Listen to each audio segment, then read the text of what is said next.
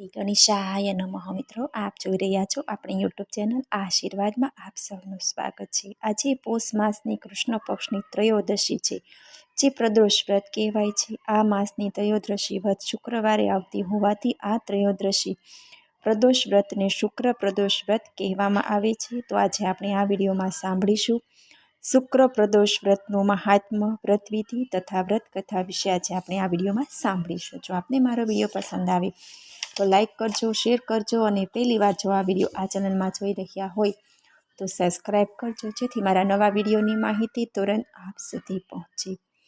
પ્રદોષ વ્રત કરવાવાળો મનુષ્ય સદા પ્રકારે સુખી બને છે, તેના તમામ પાપો નાશ પામે છે. આ વ્રત જો વિધવા સ્ત્રી કરે તો તેના આ જન્મના અને ગયા જન્મના પાપો નાશ પામે છે અને હવે પછીના બીજા જન્મમાં તે અખંડ સૌભાગ્યવતી રહે છે. સોહાગણ સ્ત્રીનો ચૂડી ચાંદલો અખંડ રહે છે અને ધન તથા ધાન્યના ભંડારો તેના ઘરે ભરેલા રહે છે. કુંવારી કન્યા પણ જો આ વ્રત કરે તો તેને ઈચ્છિત ઘર અને વર બંને સારા મળે છે. વ્રત કરનાર જે મનોકામનાથી વ્રત કરે છે તેની મનોકામના ભગવાન શંકર અચૂક સંપૂર્ણ કરે છે. ત્રયોદશી પ્રદોષ વ્રત કરવા વાળાને ગાયના દાન જેટલું જ પુણ્ય મળે છે.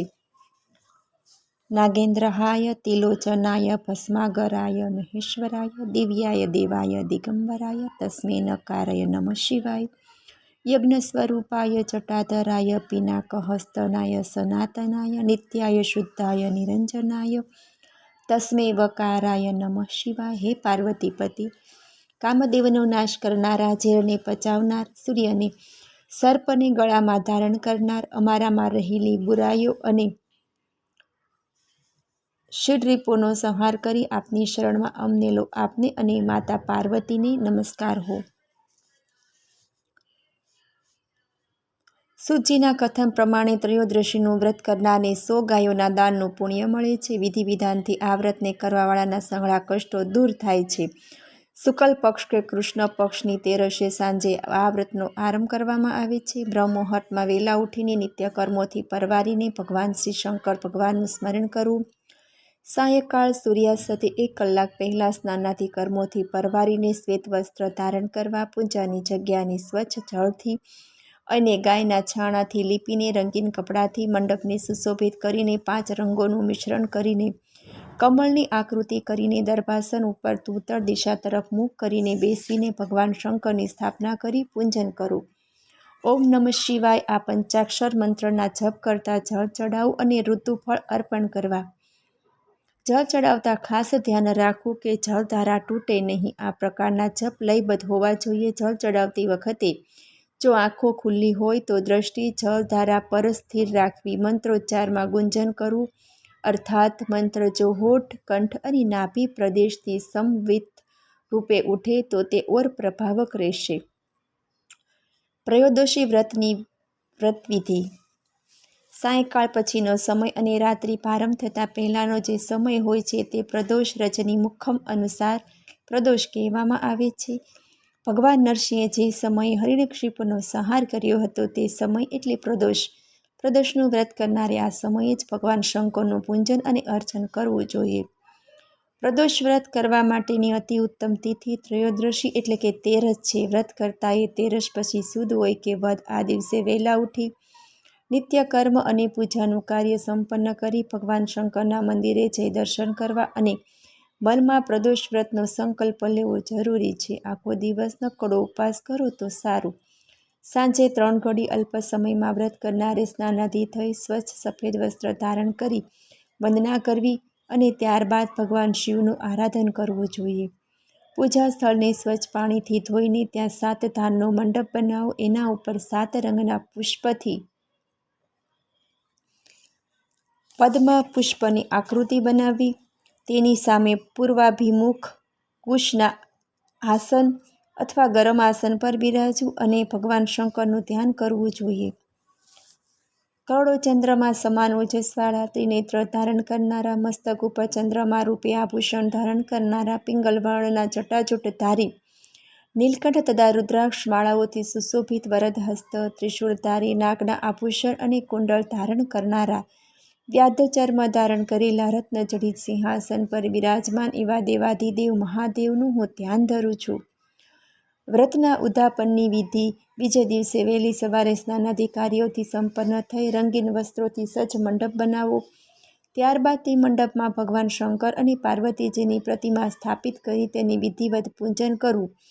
ભગવાન શિવ અને માતા પાર્વતીને પ્રસન્ન કરવા માટે ખીર વડે હવન કરવો. હવન કરતી વખતે ઓમ ઉમા મહેશ્વરાય શિવાય નમઃ મંત્રના જાપ કરતાં 108 આહુતિ આપી અને તે ઉપરાંત ઓમ હિમ કલીમ નમઃ શિવાય મંત્રનું ઉચ્ચારણ કરતાં 108 આહુતિ આપી. આ હવન વિદ્વાન બ્રાહ્મણના હસ્તે કરવામાં આવે તો તેનું ફળ અનેકાનેક મળે છે.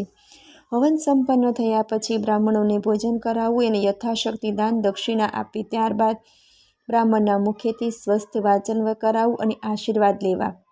બ્રાહ્મણની આજ્ઞા લઈ સ્નેહીજનો સાથે પ્રસાદ ગ્રહણ કરો. આ રીતે વ્રત કરનાર પુત્ર પૌત્રાદિ યુક્ત થઈ જીવન વ્યતીત કરે છે તથા તેના ધનધાન્ય સુખ સંપત્તિ અને આરોગ્યમાં વધારો થાય અને જીવનના દરેક ક્ષેત્રમાં વિજય મેળવી સર્વ પાપોમાંથી મુક્ત થઈ અને મોક્ષને પામે છે. આ પ્રમાણેનો ઉલ્લેખ સ્કંદ પુરાણમાં પણ કરવામાં આવ્યો છે. શુક્ર પ્રદોષની વ્રત કથા. સુતજી બોલ્યા, હે મુનિગણો, હું તમને શુક્ર પ્રદોષ વ્રતની વાર્તા કહું છું, તે તમે ધ્યાનથી સાંભળો. પ્રાચીન સમયની વાત છે. એક નગરમાં 3 મિત્રો રહેતા હતા. 3 વચ્ચે ઘનિષ્ઠ મિત્રતા હતી. એક રાજકુમાર, બીજો બ્રાહ્મણ અને ત્રીજો વણિક. રાજકુમાર અને બ્રાહ્મણ પુત્રના વિવાહ થઈ ચૂક્યા હતા. જ્યારે વણિક પુત્રના લગ્ન થઈ ગયા હતા, પણ એની પત્ની પિયરમાં જ રહેતી હતી. આણું કરવાનું બાકી હતું. એક દિવસ બ્રાહ્મણ પુત્રે નારીની પ્રશંસા કરતાં કરતાં કહ્યું, નારી વિનાનું ઘર ભૂત બંગલા જેવું લાગે છે. બ્રાહ્મણ પુત્રના આવા વચનો સાંભળી વણિક પુત્રે મનોમન પત્નીને પિયરમાંથી તેડી લાવવાનો નિર્ધાર કર્યો. વણિક પુત્ર પોતાના ઘેર ગયો અને માતા પિતાને વિચાર જણાવ્યો. તેના માતા પિતાએ કહ્યું, બેટા, અત્યારે શુક્ર દેવતા ડૂબેલી અવસ્થામાં છે. આવા દિવસોમાં વહુ દીકરીને પોતાના ઘેરેથી વિદાય કરીને લાવવી શુભ નથી. શુક્રોદય થાય પછી જરૂરથી તું તારી પત્નીને તેના પિયરમાંથી તેડી લાવજે. વણિક પુત્ર તો જીદ પર આવી ગયો અને બોલ્યો, ના, હું આજે જ તેને તેડવા જઈશ. માતા પિતાએ બહુ સમજાવ્યો, પણ બધું બેકાર ગયું. વણિક પુત્ર પોતાના સાસરે ગયો. તેના સાસુ સસરાને જ્યારે તેની ઈચ્છાની વાત કરી ત્યારે જમાઈને સમજાવવાનો ઘણો પ્રયત્ન કર્યો, પરંતુ જમાયરાજ હઠ લઈને જ બેઠા હતા. બધું વ્યર્થ ગયું. છેવટે કચવાતા મને પોતાની દીકરીને જમાઈ સાથે વિદાય આપી. સાસરેથી વિદાય લઈ પતિ પત્ની રવાના થયા. વગડામાં થોડેક જ દૂર ગયા હશે ત્યાં ગાડાનું પૈડું તૂટી ગયું. પતિ પત્ની બંને ઘાયલ થયા. બળદગાડું તૂટી ગયું. જેમ તેમ કરીને ગાડાને સરખું કરી મંદ ગતિએ આગળ વધ્યા. થોડેક આગળ જતા રસ્તામાં ડાકુઓ મળ્યા. ડાકુએ તેમનું બધું ધન દરદાગીના વગેરે લૂંટી દીધું અને પલાયન થઈ ગયા. પતિ પત્ની રોતા કળકતા ઘેર પહોંચ્યા. ઘરમાં દાખલ થયા કે તરત જ નાગે વણિક પુત્રને ડંખ માર્યો. તે બેભાન થયો. વણિકે વૈદ્યને બોલાવ્યા. વૈદ્યે ઘણા પ્રયત્ન કર્યા, પરંતુ પરિણામ શૂન્ય આવ્યું. તેમણે વણિકને કહ્યું, ભાઈ, અમારું કામ તો દર્દીની સેવા કરવાનું છે. જિંદગી બચાવી આપવી કે લેવી એ ઉપરવાળાના હાથમાં છે. મારું માનવું છે કે તમારો પુત્ર વધુમાં વધુ 3 દિવસ જ આ હાલતમાં જીવશે અને પછી મૃત્યુ પામશે. જ્યારે બ્રાહ્મણ પુત્રને આ ઘટનાની ખબર પડી તો તે દોડતો દોડતો વણિકને ત્યાં ગયો. બ્રાહ્મણનું સંતાન હોવાથી વિદ્યા તેને કોઠે પડેલી હોય એમાં કંઈ નવાઈ નહીં. તેણે પોતાની વિદ્યાના આધારે વણિકને જણાવ્યું કે તમારા પુત્ર પર સંકટ આવવાનું કારણ એ છે કે તે પોતાની પત્નીને શુક્રગ્રસ્ત અવસ્થામાં તેના પિયરમાંથી લાવ્યો છે. તેથી તેની પત્ની જો શુક્ર પ્રદોષ વ્રત કરવાનો સંકલ્પ કરે અને તેની પત્નીને ફરીથી પિયર મોકલી આપો તો જ તમારો દીકરો જીવિત થશે. પત્નીએ તો તરત જ શુક્ર પ્રદોષ વ્રત કરવાનો સંકલ્પ કર્યો અને વેલ જોડાવી તેમાં પોતાના પતિને સુવડાવી પિયર તરફ રવાના થઈ. વેલ જેમ જેમ પિયર તરફ આગળ વધવા લાગી તેમ પતિની હાલતમાં સુધારો થવા લાગ્યો. પિયર પહોંચતા સુધીમાં તો તેનો પતિ એકદમ સ્વસ્થ થઈ ગયો. જ્યારે શુક્ર ઉદય થયો હોય ત્યારે પોતાની પત્નીને લઈ પોતાના ઘેર આવ્યો. પતિ પત્ની બંને સુખેથી રહેવા લાગ્યા અને જીવ્યા ત્યાં સુધી શુક્ર પ્રદોષનું વ્રત કર્યું અને મૃત્યુ પછી શિવલોકને પામ્યા.